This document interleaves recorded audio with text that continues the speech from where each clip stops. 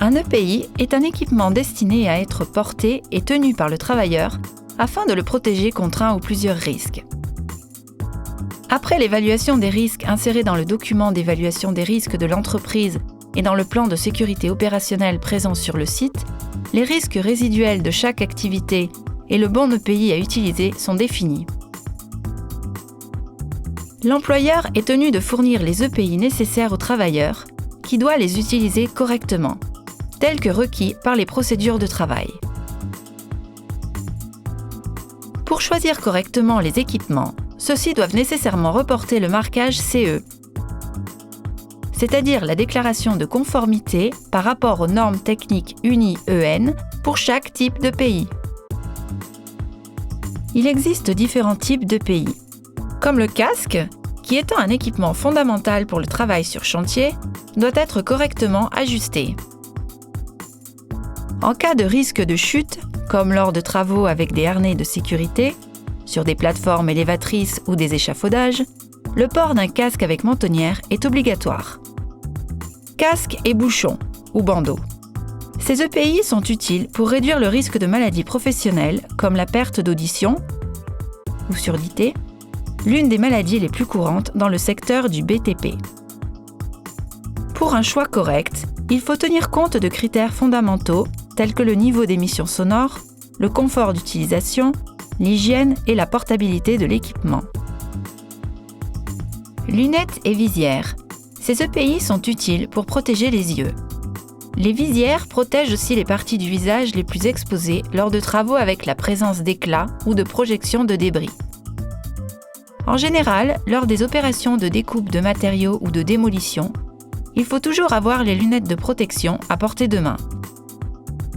Ces EPI ne doivent pas être sales ou rayées afin de garantir une parfaite vision du travail à effectuer. Il est essentiel d'avoir des lunettes de protection, même lors du malaxage ou de l'utilisation de produits chimiques. Toute éclaboussure au contact des yeux peut provoquer des irritations dangereuses. Masques et masques faciaux. Les protections respiratoires peuvent être de différents types et doivent être choisies en fonction des activités réalisées et des produits utilisés. Ils peuvent être classés en masques filtrants, des EPI jetables contre les poussières, fumées ou brouillard inhalables dans un pourcentage plus ou moins élevé selon leur classe d'appartenance. FFP1, FFP2, FFP3. Masques intégraux ou demi-masques, qui peuvent protéger contre différents agents chimiques selon le filtre interchangeable appliqué.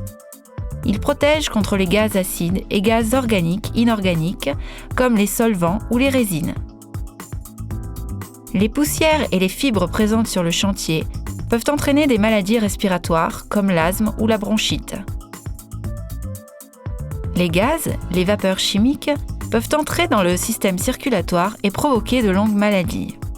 Vêtements haute visibilité.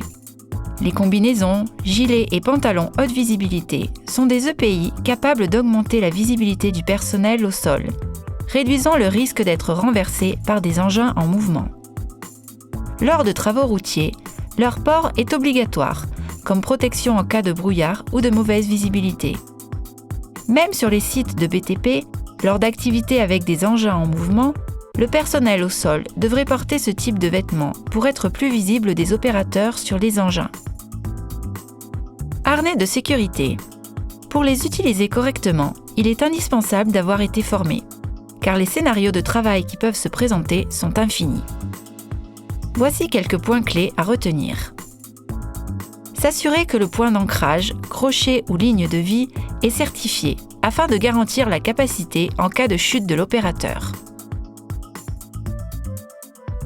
Choisir le type de longe ou rétractable en fonction de paramètres importants comme la priorité de travail en retenue, la hauteur de travail par rapport au sol sous-jacent et la nécessité d'avoir un élément qui dissipe l'énergie de chute.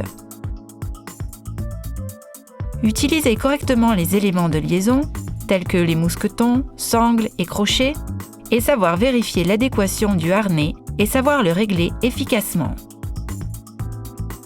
Les gants. La protection des mains doit être spécifique au type de risque. Les gants reportent à côté du marquage CE une série d'informations et de pictogrammes identifiant les risques spécifiques et la législation de référence.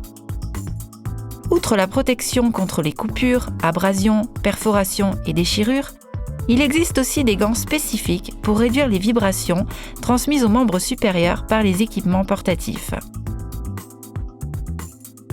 Les chaussures et bottes de sécurité. Chaussures de sécurité spécifiques aux travaux sur les chantiers, résistantes aux huiles, antidérapantes, antistatiques et équipées d'embouts de sécurité et de semelles anti-perforation. Selon les travaux, les chaussures peuvent avoir des caractéristiques diélectriques, une plus grande résistance aux coupures et une meilleure isolation contre la chaleur ou le froid.